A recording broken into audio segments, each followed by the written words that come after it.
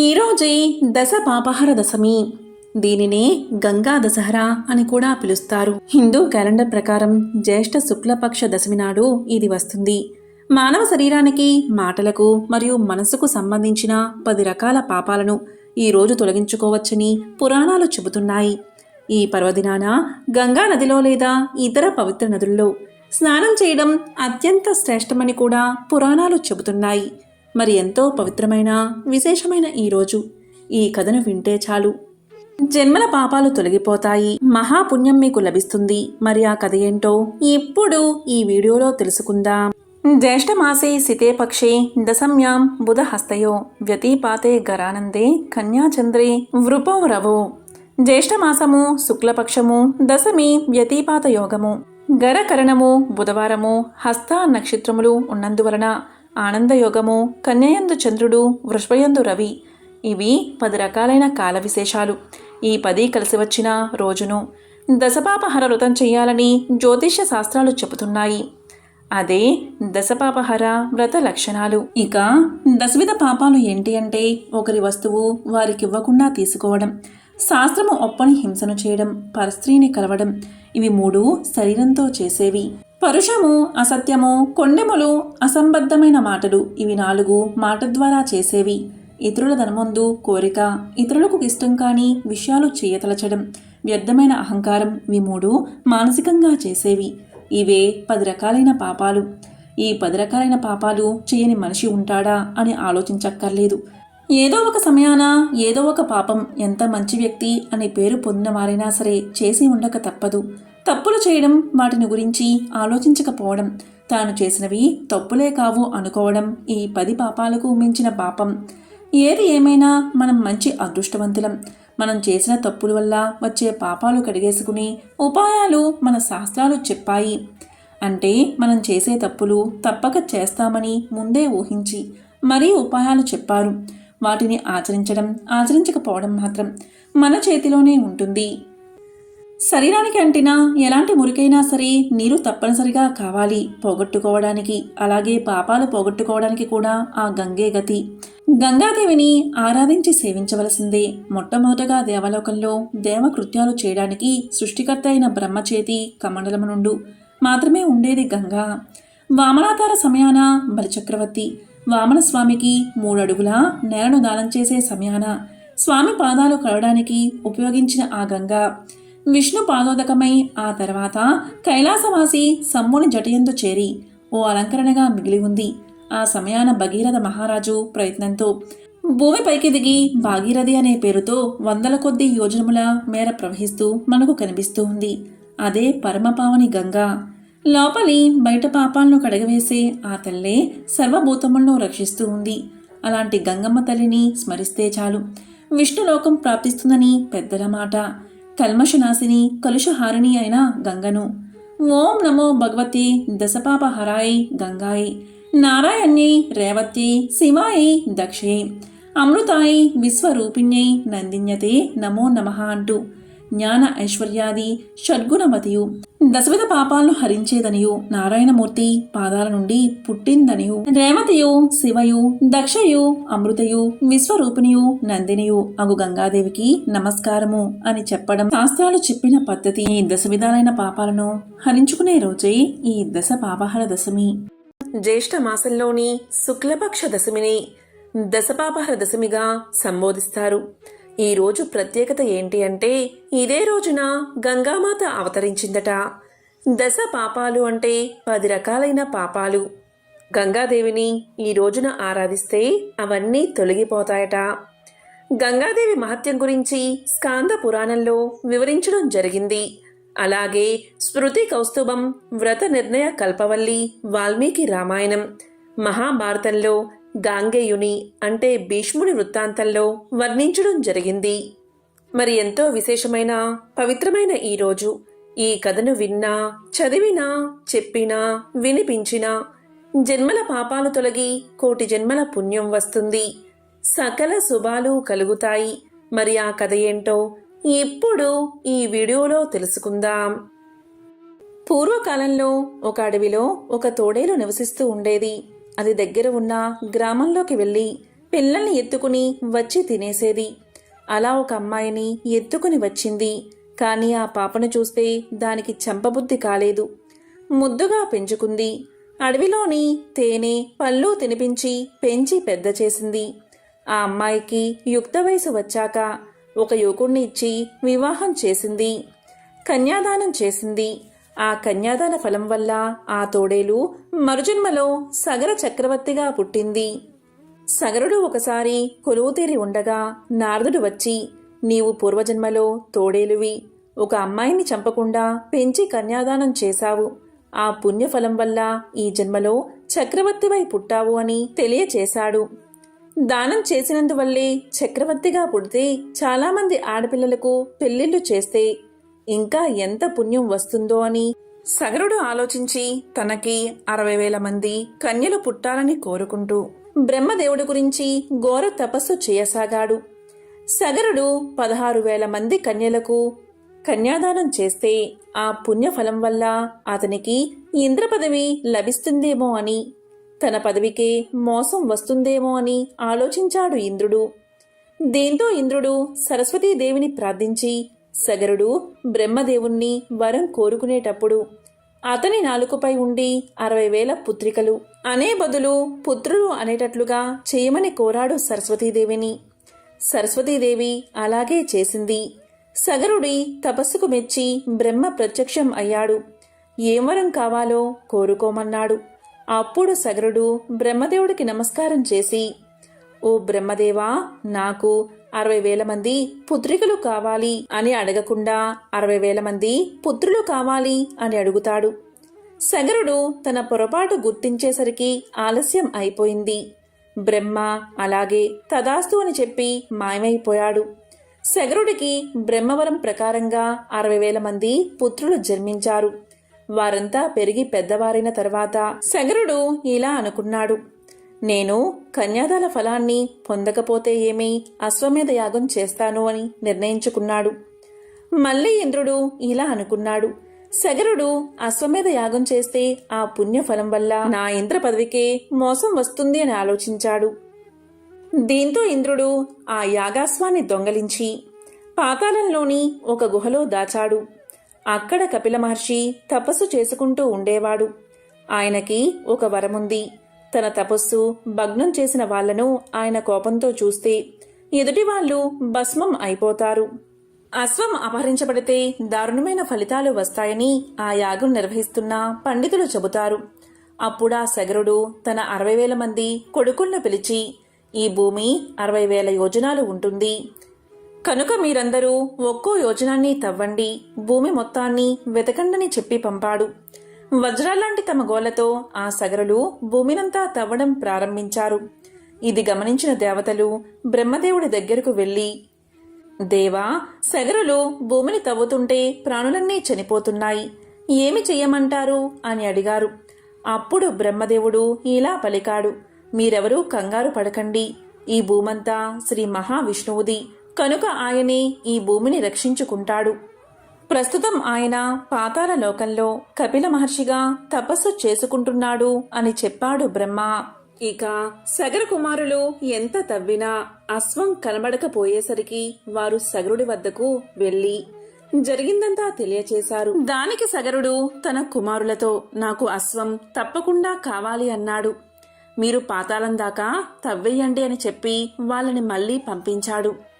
ఆ సగర కుమారులు పాతాళం దాకా తవ్వడం ప్రారంభించారు. అలా తవ్వుతున్న వాళ్ళకి ఈ భూమిని తూర్పు దిక్కున మోస్తున్న దిశా గజం అనే ఏనుగు కనిపించింది. ఆ ఏనుగుకి ప్రదక్షిణ చేసి ముందుకు వెళ్ళగా వాళ్ళకి మహాపద్మం అనే ఏనుగు భూమిని దక్షిణ దిక్కున మోస్తూ కనిపించింది. అలాగే పడమర దిక్కున సామనసం అనే ఏనుగు, ఉత్తర దిక్కున భద్రము అనే ఏనుగు కనిపించింది. వాటికి ప్రదక్షిణ చేశారు. 4 దిక్కులలో గుర్రం ఎక్కడా కనబడలేదు. ఈసారి ఈశాన్యం వైపు తవ్వడం ప్రారంభించారు. అలా తవ్వగా వాళ్ళకి ఒక ఆశ్రమంలో సనాతనుడైన విష్ణు భగవానుడు కపిల మహర్షిగా తపస్సు చేసుకుంటూ కనబడ్డాడు. ఆయన పక్కనే యాగాశ్వం కూడా ఉంది. కాబట్టి ఈయనే మన గుర్రాన్ని దొంగలించాడని ఆ సగరులు భావించి ఆయన్ని కొట్టడానికి పరుగు తీశారు. వెంటనే ఆ కపిల మహర్షి ఒక హూంకారం చేసేసరికి ఆ 60,000 మంది సగరలు నేలమీద బూడిదై పడ్డారు. అసలు విషయం ఏంటి అంటే సగర చక్రవర్తికి 2 భార్యలు. పెద్ద భార్యకు అసమంజసుడు అనే కుమారుడు జన్మించాడు. చిన్న భార్యకే ఈ 60,000 మంది కొడుకులు పుట్టారు. పెద్ద భార్య కొడుకైన అసమంజసుడికి అంశుమంతుడు అనే కొడుకు పుట్టాడు. అక్కడ పాతాళలోకంలో తన 60,000 మంది పుత్రులు బూడిద కుప్పలై పడి ఉన్నారు. యాగాశ్వం కోసం వెళ్లిన కొడుకులు ఎంతకూ తిరిగి రాకపోవడంతో మనవడైన అంశుమంతుణ్ణి పంపాడు సగరుడు. అంశుమంతుడు పాతాళంలో చితా భస్మపు గుట్టలను చూసి ఎంతో బాధపడ్డాడు. వారి ఆత్మలను ఊర్ధ్వలోకాలకు పంపాలని ఉదకం చిలకరించబోతుంటే అశరీరవాణి ఇలా పలికింది: అంశుమంతా, మామూలు జలంతో వారి ఆత్మలు ఊర్ధ్వలోకాలు చేరవు, పవిత్ర గంగాజలంతో మాత్రమే సద్గతి పొందుతాయి అంటూ పలికింది. దీంతో అంశుమంతుడు నిట్టూర్చి అక్కడ్నుంచి వెళ్లిపోయాడు. సగరుని తర్వాత అంశుమంతుడు రాజయ్యాడు. ఆ తరువాత దిలీపుడు రాజ్యాన్ని పాలించాడు. దిలీపుడు మరణించడంతో అతని కొడుకు భగీరథుడు పిన్న వయసులోనే రాజయ్యాడు.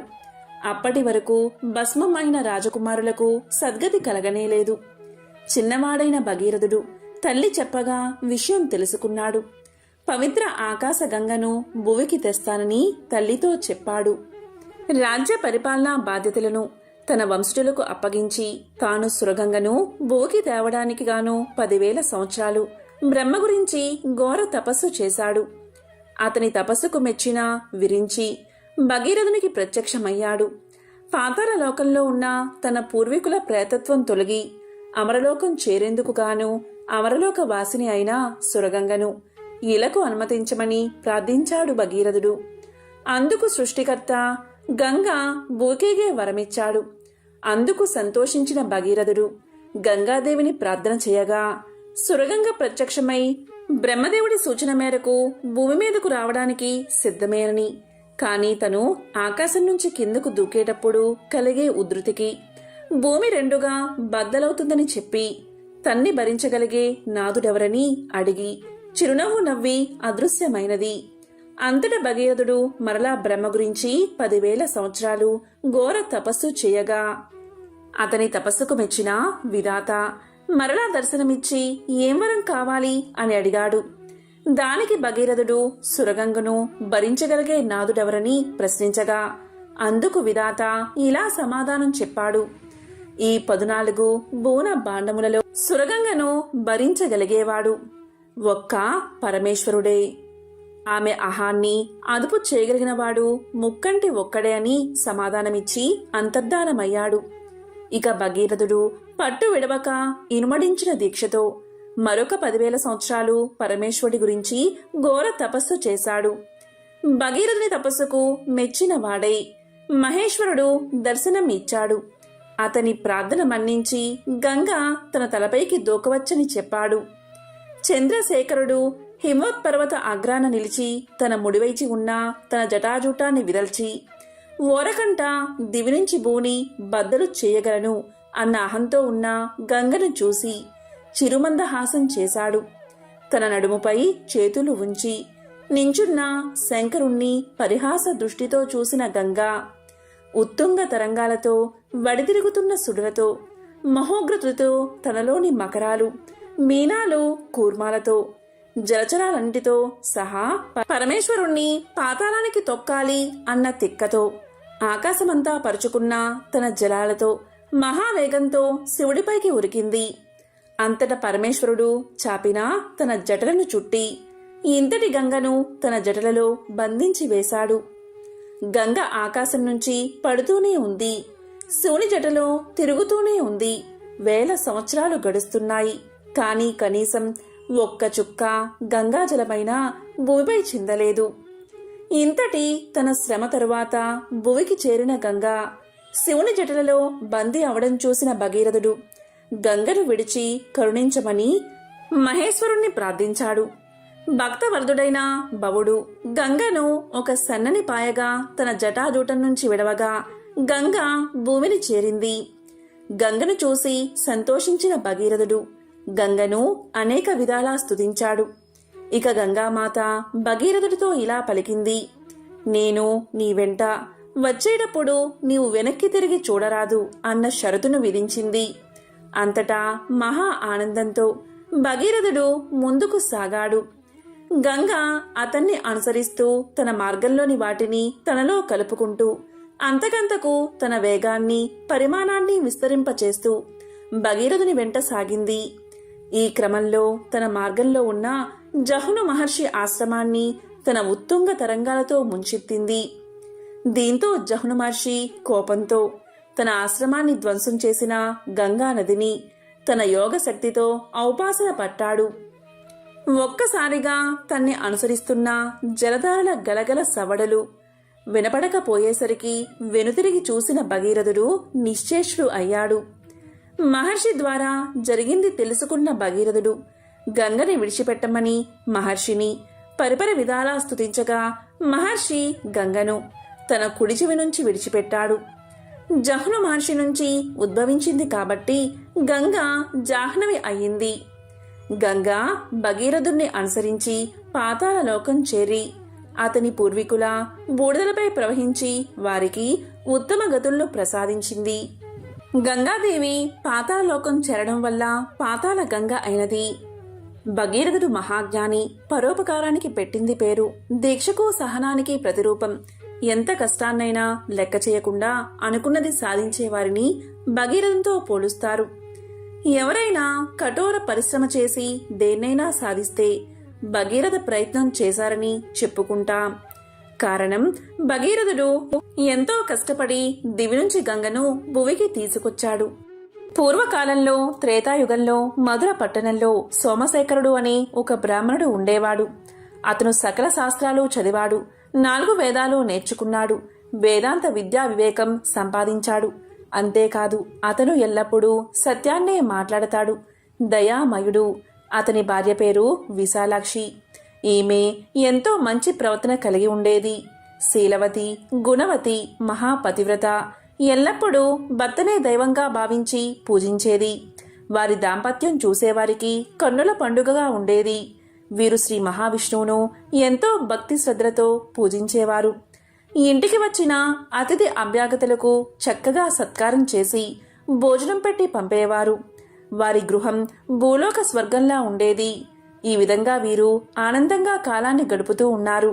ఒకరోజు ఆ బ్రాహ్మణ దంపతులు మోక్షాన్ని పొందగోరి గంగాయాత్రకు పోవాలని నిర్ణయించుకుని అలా ప్రయాణమైపోయి అక్కడ కాశీ విశ్వేశ్వరుణ్ణి దర్శించుకుని కొన్ని రోజులు అక్కడ నివసించి పవిత్రమైన గంగా జలాన్ని తీసుకుని తిరుగు ప్రయాణాన్ని మొదలుపెట్టారు.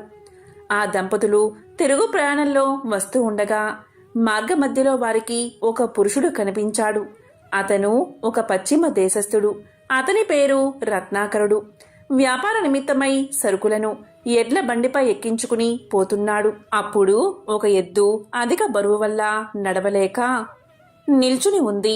అంతటా రత్నాకరుడు తన నౌకరుల్లో ఒకడైన కాలకల్పుణ్ణి చూసి ఎద్దును అదిలించమని హెచ్చరించాడు. అంతటా కాలకల్పుడు తన చేతిలో ఉన్న కర్రతో దాన్ని బలంగా కొట్టాడు. అప్పుడు ఆ ఎద్దు గింజుకుని తాళ్లు తెంపుకుని తన్ను కొట్టిన కాలకల్పుణ్ణి పొడిచింది. సూది మొనలాగా ఉన్న దాని కొమ్ము కాలకల్పుడి డొక్కలో గుచ్చుకుని వెంటనే భూమి మీద పడి గిరగిలా తన్నుకుని మరణ వేదనతో కాలకల్పుడు అరుస్తున్నాడు. అలా అరుస్తున్న కాలకల్పుణ్ణి ఈ బ్రాహ్మణ దంపతులు చూశారు. వెంటనే సోమశేఖరుడు అతని బాధను చూడలేక అతని దగ్గరకు వెళ్లి తన కలశంలో ఉన్న గంగాజలం కొంత అతని నోట్లో పోసి ఇంతకు ముందు విష్ణు పూజకు ఉపయోగించిన తులసీ దళాన్ని అతనిపై వేశాడు. ఇక విష్ణునామాన్ని అతడికి వినపడేలా జపించసాగాడు. కొంతసేపటికి కాలకల్పుడు మరణించాడు. ఇక కాలకల్పుడి మరణానికి ఆ దంపతులు విచారించి ముందుకు సాగిపోయారు. వారు అలా కొంత దూరం పోయేసరికి మరొక భయంకర దృశ్యం వారికి కనిపించింది. అది ఏంటి అంటే వారి ఎదుట భీకర ఆకారాలతో కొందరు భటులు కనిపించారు. వారిలో కొందరికి కాళ్ళు పెరికి ఉన్నాయి, కొందరికి చేతులు తెగి ఉన్నాయి, కొందరికి ముక్కులు తెగి ఉన్నాయి. వారి ఆకారాలు భీకరంగా ఉన్నాయి. సోమశేఖరుడు భయపడక వారి దగ్గరకు వెళ్ళి, అయ్యా, మీరు ఎవరు? మీకు ఈ అవస్థ ఎలా కలిగింది? దీనికి కారణం ఎవరు? మీ చరిత్ర చెప్పండి అని కోరాడు. ఇక అందులో కొందరు బ్రాహ్మణుని చూసి ఇలా పలికారు, అయ్యా, మేము ఒకరి ప్రాణం తీయడానికి భూమి మీదకు వచ్చాం. అతను మహాపాపి, ఎన్నో పాపాలు చేశాడు. చివరకు నోరులేని ఒక ఎద్దును కర్రతో గట్టిగా కొట్టాడు. అతని పేరే కాలకల్పుడు. అతన్ని శిక్షించడానికి యమధర్మరాజు ఆజ్ఞను అనుసరించి అతన్ని తీసుకుపోతున్నాం. అలా తీసుకుపోతున్న మమ్మల్ని విష్ణుదూతలు అడ్డగించి అతన్ని మేమే తీసుకుపోతాము అని గర్జించారు. అంతట మేము వారితో ఇలా అన్నాము, ఓ విష్ణుదూతలారా, వీడు మహాపాపి, మేము ఇతన్ని వదిలిపెట్టం అని పలికాము. దానికి విష్ణుదూతలు, ఓ యమదూతలారా, వీడు ఏం పాపం చేశాడో చెప్పండి అని అడిగారు. దానికి మేము, వీడు చేసిన పాపాలు ఇవి అని చెప్పడానికి వీలుపడదు, కానీ వీడు అన్ని రకాల పాపాలు చేసిన మహాపాపి అని చెప్పాము. దానికి విష్ణుదూతలు ఇలా పలికారు, చేసి ఉండవచ్చు, కానీ ఇతన్ని మీరు ఎలా తీసుకుపోతారు అని అడిగారు. దానికి మేము, వీడు చేసిన పాపాలకి తగిన శిక్ష విధించడానికి మా ప్రభువు ఆజ్ఞ ప్రకారం తీసుకుని పోతున్నాము అని సమాధానం చెప్పాము. దానికి విష్ణుదూతలు, ఇతను ఒక్క పుణ్యకార్యమైనా చెయ్యలేదా అని అడిగారు. దానికి మేము చెయ్యలేదు అని సమాధానం చెప్పాం. దానికి విష్ణుదూతలు మాతో ఇలా అన్నారు, మీరు బాగా ఆలోచించండి. ఇతను చనిపోయే సమయంలో ఒక బ్రాహ్మణుడు ఇతని నోట్లో పవిత్రమైన గంగాజలం పోశాడు. తులసి దళాన్ని ఇతనిపై ఉంచాడు. అంతేకాదు, ఇతను వినేటట్లు శ్రీమన్నారాయణ్ణి ఉచ్చరించాడు. ఇదే అతను చేసుకున్న మిక్కిలి పుణ్యం. ఇంతకన్నా మించిన పుణ్యం మరేదీ లేదు. అందువల్ల మా ప్రభువైన విష్ణుమూర్తి ఇతన్ని విమానంపై ఎక్కించుకుని తీసుకురమ్మని మమ్మల్ని ఆజ్ఞాపించారు. అదిగో విమానం చూడండి, కాబట్టి మీరు ఇక పొండి అన్నారు. కాని మేము వారితో ఇలా పలికాము, ఇంత మాత్రానికే ఇతన్ని విడుస్తామా?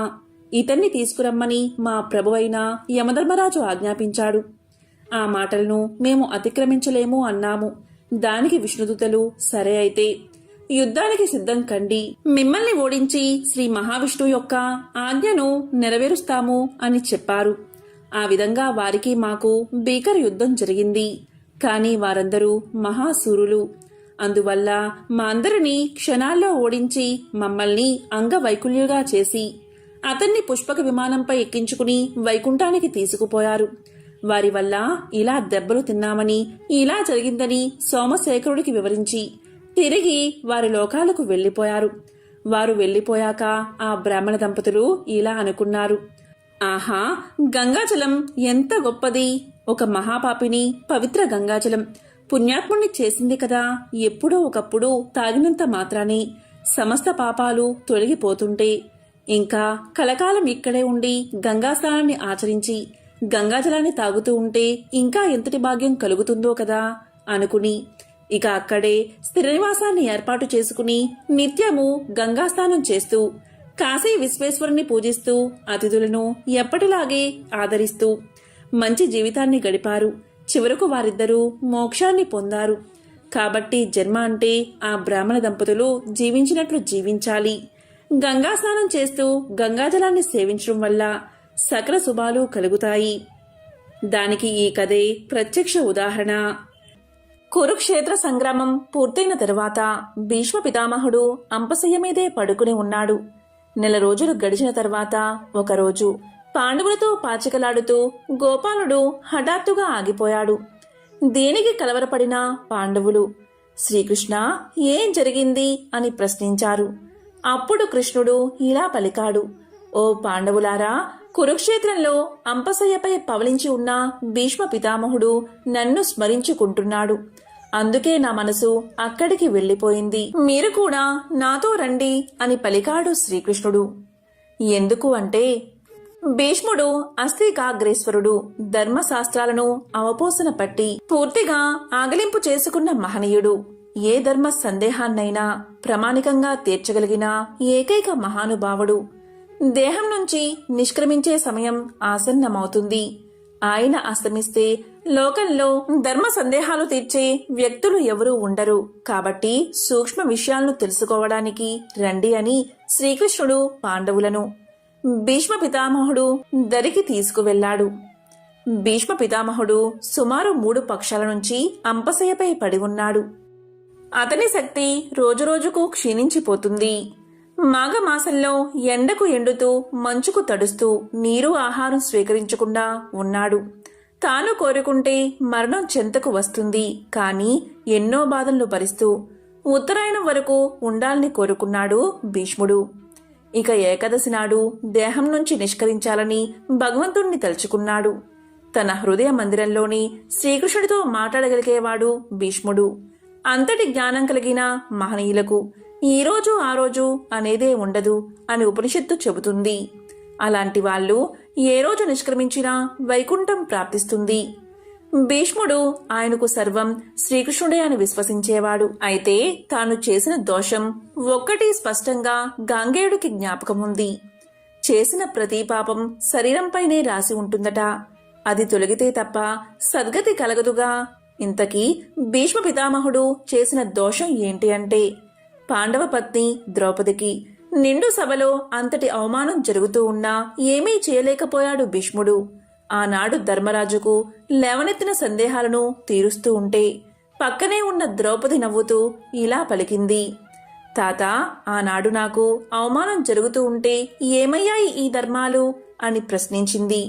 అందుకు భీష్ముడు ఇలా చెప్పాడు, అవును తల్లి, అప్పుడు నా దేహం నా అధీనంలో లేదు. అది దుర్యోధనుడి సొంతం. నీకు అవమానం జరుగుతుందని తెలిసినా నా దేహం నా మాట వినలేదని సమాధానం చెప్పాడు. అంతటి ఘోరమైన పాపం చేశాను కాబట్టే ప్రక్షాళన కోసం ఇన్ని రోజులు అంపశయ్యపై ఉన్నానని చెప్పాడు భీష్ముడు. కురువంశాన్ని కాపాడతానని తన తండ్రికి ఇచ్చిన మాటకు కట్టుబడిపోయిన భీష్ముడు పరిస్థితుల ప్రభావంతో ధర్మాన్ని త్యజించాడు. ఓ ద్రౌపది, కృష్ణ భక్తిలో ఎలాంటి కల్మషమూ లేదు, కానీ నా శరీరం దుష్టమైపోయింది. దాన్ని పరిశుద్ధం చేసుకోవడానికే అంపశయ్య మీద పడుకుని ఉన్నాను. అందుకు ఈనాడు నేను ధర్మాలు బోధించవచ్చని పాండవులకు ఎన్నో సూత్రాలను బోధించాడు భీష్ముడు. ఆ సమయంలో భీష్ముడు కృష్ణుడితో ఇలా పలికాడు, ఓ కృష్ణ, నాకెందుకు శక్తినిచ్చి నా చేత చెప్పిస్తున్నావు? నీవే ధర్మాలు చెప్పొచ్చు కదా అని ప్రశ్నించాడు. దానికి శ్రీకృష్ణుడు ఇలా పలికాడు, ఓ భీష్మ పితామహ, ఇలాంటి అనుభవజ్ఞుడు చెప్తే వచ్చే స్పష్టత నేను చెప్తే ఉండదని బదులు ఇచ్చాడు. నేను చెప్తే అది తత్వం, నీవు చెప్తే అది తత్వాష్టం. తత్వాన్ని చూసినవాడు దాని గురించి చెప్పాలి తప్ప తత్వం తన గురించి తాను చెప్పుకోదు. నేల తన సారాన్ని చెప్పగలుగుతుందా? అందులో పండిన మొక్క మాత్రమే సారం గురించి చెప్పగలుగుతుంది. కాబట్టి అనుభవజ్ఞుడైనా నీవు ఉపదేశం చేస్తే అది లోకానికి శ్రేయస్సును కలిగిస్తుంది అని చెప్పాడు శ్రీకృష్ణుడు. అందుకే భగవద్ జ్ఞానం నేరుగా కాకుండా తత్వం తెలిసిన భీష్ముడి ద్వారా అది అందితే లోకాలకు హితమని ఆ జగన్నాటక సూత్రధారి భావించాడు. కాబట్టే భీష్ముడి ద్వారా ధర్మశాస్త్రాలను పాండవులకు తెలియచేసేలా చేశాడు. ఈ విధంగా భీష్ముడు అంపశయ్య మీద ఉన్నప్పుడు పాండవులకు అనేక ధర్మశాస్త్రాల గురించి కథల రూపంలో వివరించాడు. మరి ఎంతో విశేషమైన ఈ రోజు అంటే భీష్మ ఏకాదశి రోజు భీష్ముడు తెలియచేసిన ఈ కథలను విన్నా, చదివినా, చెప్పినా, వినిపించినా జన్మల పాపాలు తొలగి కోటి జన్మల పుణ్యం వస్తుంది. మరి ఆ కథలేంటో ఇప్పుడు ఈ వీడియోలో తెలుసుకుందాం. భీష్మ పితామహుడు పాండవుల్లో పెద్దవాడైన ధర్మరాజుకు ఇలా తెలియజేశాడు, ధర్మనందన, బ్రాహ్మణత్వం పొందడం చాలా దుర్లభం. ఎన్నో జన్మలు ఎత్తిన తర్వాత గాని బ్రాహ్మణ జన్మ లభించదు. ఈ విషయం గురించి నీకు ఒక ఇతిహాసాన్ని చెప్తాను, శ్రద్ధగా విను అంటూ ఇలా చెప్పడం ప్రారంభించాడు. పూర్వం మతంగుడు అనే విప్ర కుమారుడు ఉండేవాడు. అతను తండ్రి ఆదేశానుసారం ఒక యజ్ఞానికి వెళ్లాడు. అలా వెళ్తూ దారిలో అతను ఒక గాడిద పిల్లను కర్రతో గట్టిగా కొట్టాడు. ఆ గాడిద పిల్ల ఏడుస్తూ తన తల్లి వద్దకు వెళ్లి జరిగిన సంగతి చెప్పింది. విషయం విన్న గాడిద తన పిల్లతో ఇలా చెప్పింది, అమ్మా, ఇతను చండాలుడు, క్రూరుడు, అందుకే నిన్ను ఇలా కొట్టాడు అని చెప్పింది. ఆ గాడిద మాటలు అర్థం చేసుకున్న విప్ర కుమారుడు ఇలా తలిచాడు, ఆ గాడిద ఊరికే అలా ఎందుకు అంటుంది? దాంట్లో ఏదో అంతరార్థముంది. లేకుంటే అలా ఎందుకు పలుకుతుంది అనుకుని వెంటనే అతను ఆ గాడిద దగ్గరకు వెళ్లి ఇలా పలికాడు. నా జన్మ రహస్యం నీకు తెలిస్తే నాకు చెప్పు అని కోరాడు. అప్పుడు ఆ గాడిద ఇలా పలికింది. ఓ విప్రకుమారా, నీ తల్లి కామంతో ఒక క్షురకుడి వల్ల నిన్ను కన్నది కనుక నీవు బ్రాహ్మణుడివి కాదు అని చెప్పింది. దీంతో అతనికి యజ్ఞానికి వెళ్లడం మనస్కరించక తిరిగి ఇంటికి వెళ్లి తండ్రితో ఇలా పలికాడు. తండ్రి, నేను బ్రాహ్మణ స్త్రీకి క్షురకుడికి పుట్టినవాడను కాబట్టి నేను బ్రాహ్మణుణ్ణి కాదు. నాకు ఈ విషయం ఒక గాడిద చెప్పింది. ఆ గాడిద ఏదో శాపవశాన ఇలా జన్మ ఎత్తి ఉంటుంది. లేకపోతే నా జన్మ రహస్యం దానికి ఎలా తెలుస్తుంది? తండ్రి, నేను తపస్సు చేసి బ్రాహ్మణత్వాన్ని సంపాదిస్తాను అని చెప్పి మతంగుడు తపస్సు చేయడానికి అడవులకు వెళ్లిపోయాడు. అక్కడ అతను కొన్ని సంవత్సరాలు తపస్సు చేసి ఇంద్రుణ్ణి ప్రసన్నం చేసుకున్నాడు. దాంతో ఇంద్రుడు ప్రత్యక్షమై ఇలా పలికాడు. కుమారా, నీవు తపస్సు ఎందుకు చేస్తున్నావు? నీ కోరిక ఏమిటి అని అడిగాడు. అప్పుడు మతంగుడు ఇలా పలికాడు. దేవా, నాకు బ్రాహ్మణత్వాన్ని ప్రసాదించండి అని తన కోరికను తెలియచేశాడు. దానికి ఇంద్రుడు, కుమారా, బ్రాహ్మణత్వం మహత్తరమైనది. అది సులభంగా లభ్యమయ్యేది కాదు. కాబట్టి మరేదైనా వరాన్ని కోరుకో అన్నాడు. దానికి మతంగుడు, అయ్యా, నా కోరిక తీర్చడం మీకు కుదరదు. కాబట్టి మీరు వెళ్ళండి. నా తపస్సును నేను కొనసాగిస్తాను అన్నాడు. దీంతో ఇంద్రుడు అంతర్ధానమైపోయాడు.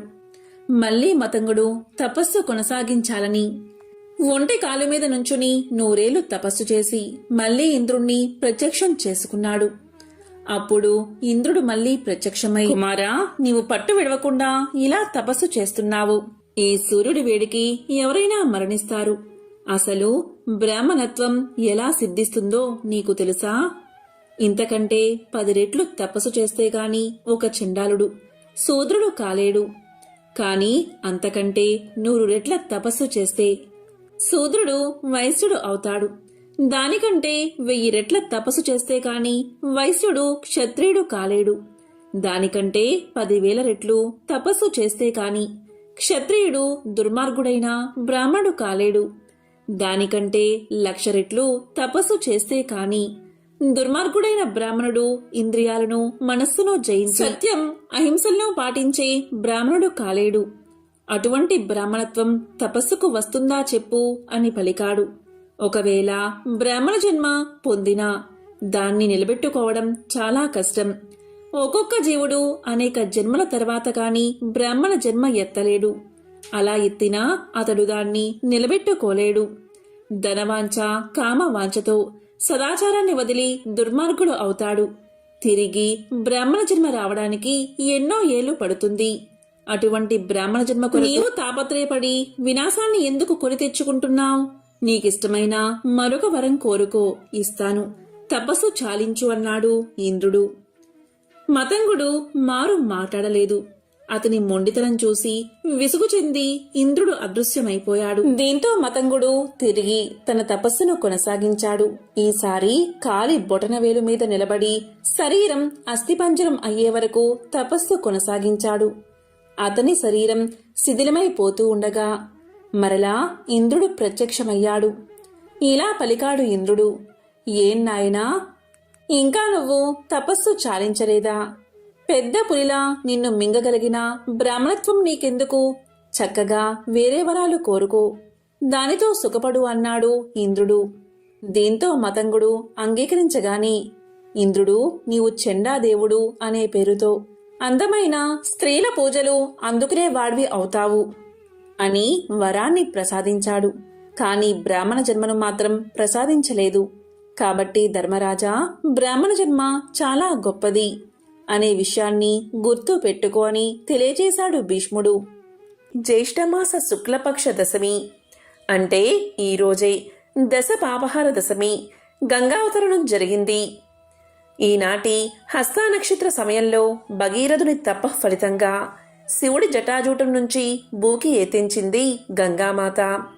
అందుకే ఈ రోజును దశ పాపహార దశమిగా చెబుతూ ఉంటారు. ఈ రోజుకి 10 రకాలైన పాపాలు తొలగించే శక్తి ఉందట. అంటే తెలిసి తెలియక పాపాలు చేయడం మానవ సహజం. అయితే మనం చేసింది పాపమని, దాని ద్వారా అశుభ ఫలితాలు పొందే ప్రమాదం ఉన్నదని గ్రహించి తెలుసుకోవడం గొప్ప ప్రయత్నం. అటువంటి అవకాశాన్ని కలిగించేదే దశపాపహర దశమి వ్రతం. పరుషంగా మాట్లాడడం, అబద్ధాలు చెప్పడం, అసంబద్ధమైన మాటలు మాట్లాడడం, సమాజం వినలేని మాటలు మాట్లాడడం, ఈ 4 రకాల పాపాలు మాటల ద్వారా చేసేవి. తనది కాని ధనం, వస్తువులపై వ్యామోహం కలిగి ఉండడం, ఇతరులకు ఇబ్బంది కలిగించే పనులు చేయడం, ఇతరులకు చెడు చెయ్యాలి అనుకోవడం, ఈ 3 మానసికంగా చేసే పాపాలు. అర్హత లేనివానికి దానాలు ఇవ్వడం, శాస్త్రం ఒప్పని హింసను చేయడం, పరస్త్రీని లేదా పురుషుణ్ణి స్వీకరించడం, ఈ 3 శరీరంతో చేసే పాపాలు. మొత్తం ఇవి 10 పాపాలు. ఈ 10 పాపాలను సామాన్య మానవుడు నిత్య జీవితంలో చేసేందుకు ఎక్కువ అవకాశం ఉంది. అందుకనే ఆ 10 పాపాలు తొలగించుకోవడానికి దశపాపహర దశమి వ్రతం ఆచరించాలి అని వ్రత నిర్ణయ కల్పవల్లి అనే గ్రంథం స్పష్టం చేస్తుంది. నదీ స్నానం అనేది ఈ వ్రతంలో ప్రధాన ఘట్టం. జ్యేష్ఠ శుద్ధ దశమి రోజు ఏ నదిలో స్నానం చేసినా విశేషమైన ఫలితం లభిస్తుంది. ముఖ్యంగా గంగా నదిలో స్నానం చేస్తే గొప్ప విశేషం. కాశీలోని దశాశ్వమేధ ఘాట్ దీనికి ప్రసిద్ధి.